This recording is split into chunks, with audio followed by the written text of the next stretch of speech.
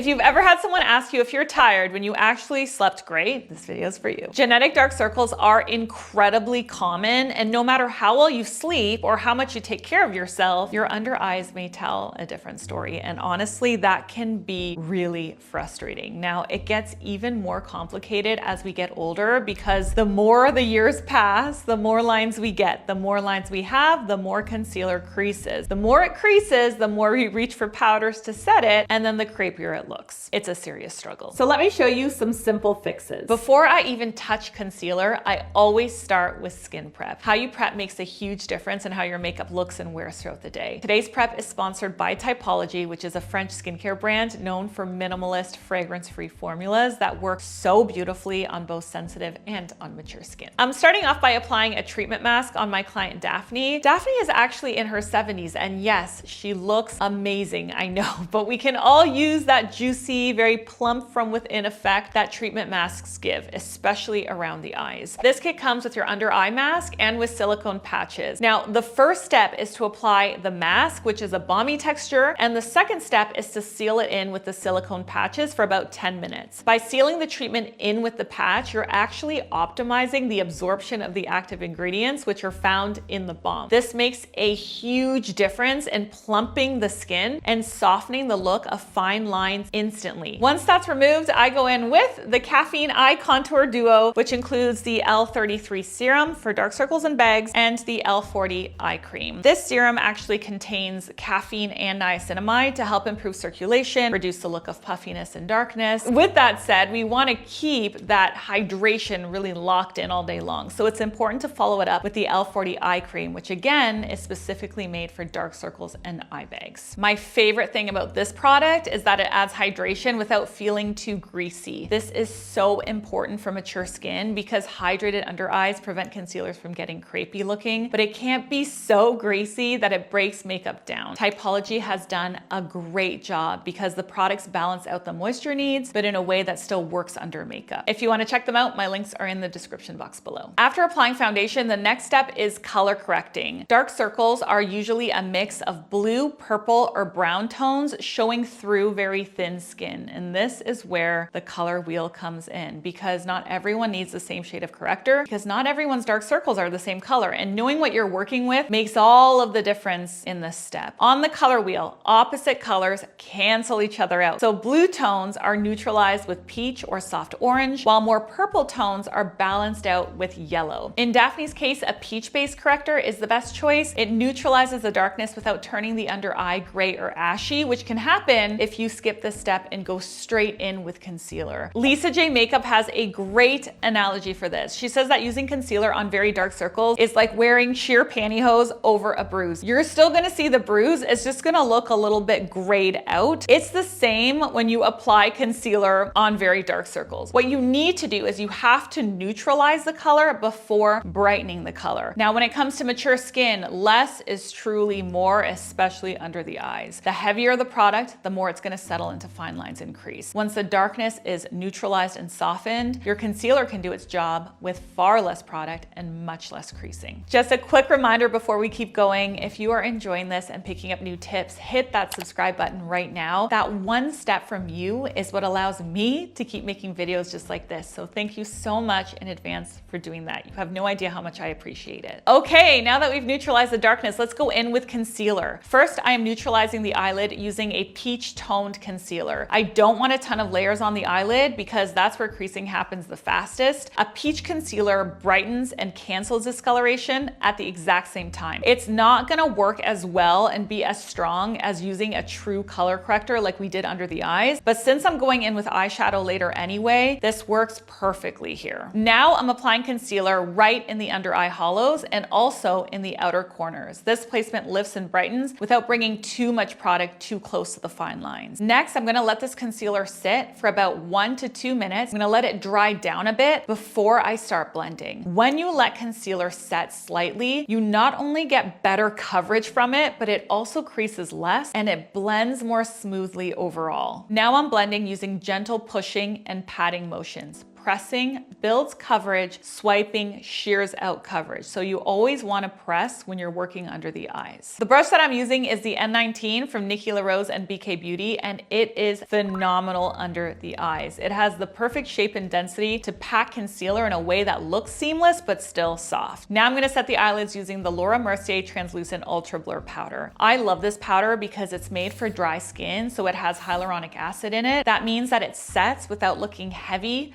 chalky, or overly matte, which is exactly what we want on mature skin. Before I set anything, I always smooth out any creases first, then I press powder into my puff, evenly distribute it on the back of my hand, and press it onto the lid to lock everything in place so that it doesn't budge for the rest of the day. Now you can really see the difference here. One eye is set, one eye is not set. The set side looks airbrushed, looks super smooth and flawless, and the unset side still looks a little wet and creasy. Do not be afraid of powder. Powder, when used properly in the right formula, is amazing on mature skin. It's amazing on everyone. You need a powder or you're gonna end up with the creasy concealer side. Now, before I set the under eyes, after the concealer has had time to dry down, I check for any heavy creasing and I remove that extra product with a Q-tip. This step alone makes your under eye look so much smoother. You really want to avoid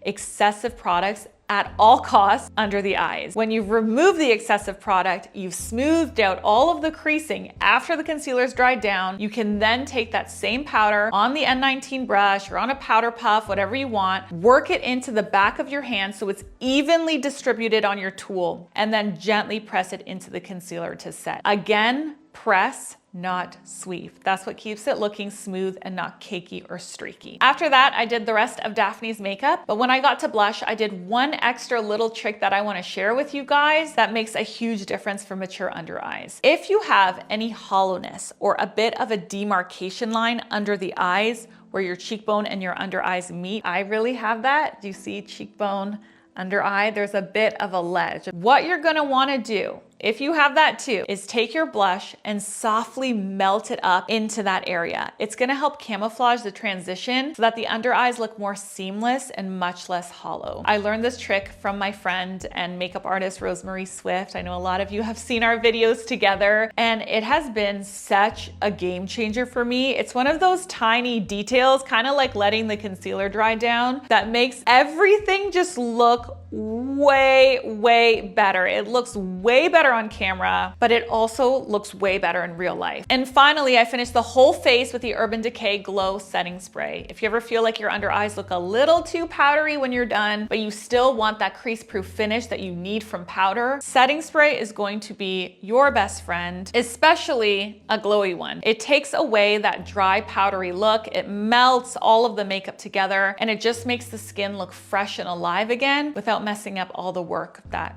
you just did. Here is Daphne's before and after. You can see that there's a noticeable brightness around the eyes, but it doesn't look heavy or like a cakey, creasy mess. It still looks like her natural skin, just a little bit brighter. If you want a full makeup tutorial on everything that I did today, the eyes, the skin, the lips, all of it, let me know in the comments and I'll happily film that for you. And up next on the channel, you can watch me test 8 viral anti-aging beauty products on 4 decades of real mature skin. Or if you're in the mood for something else, here's what YouTube recommends for you. I'll see you in the next one.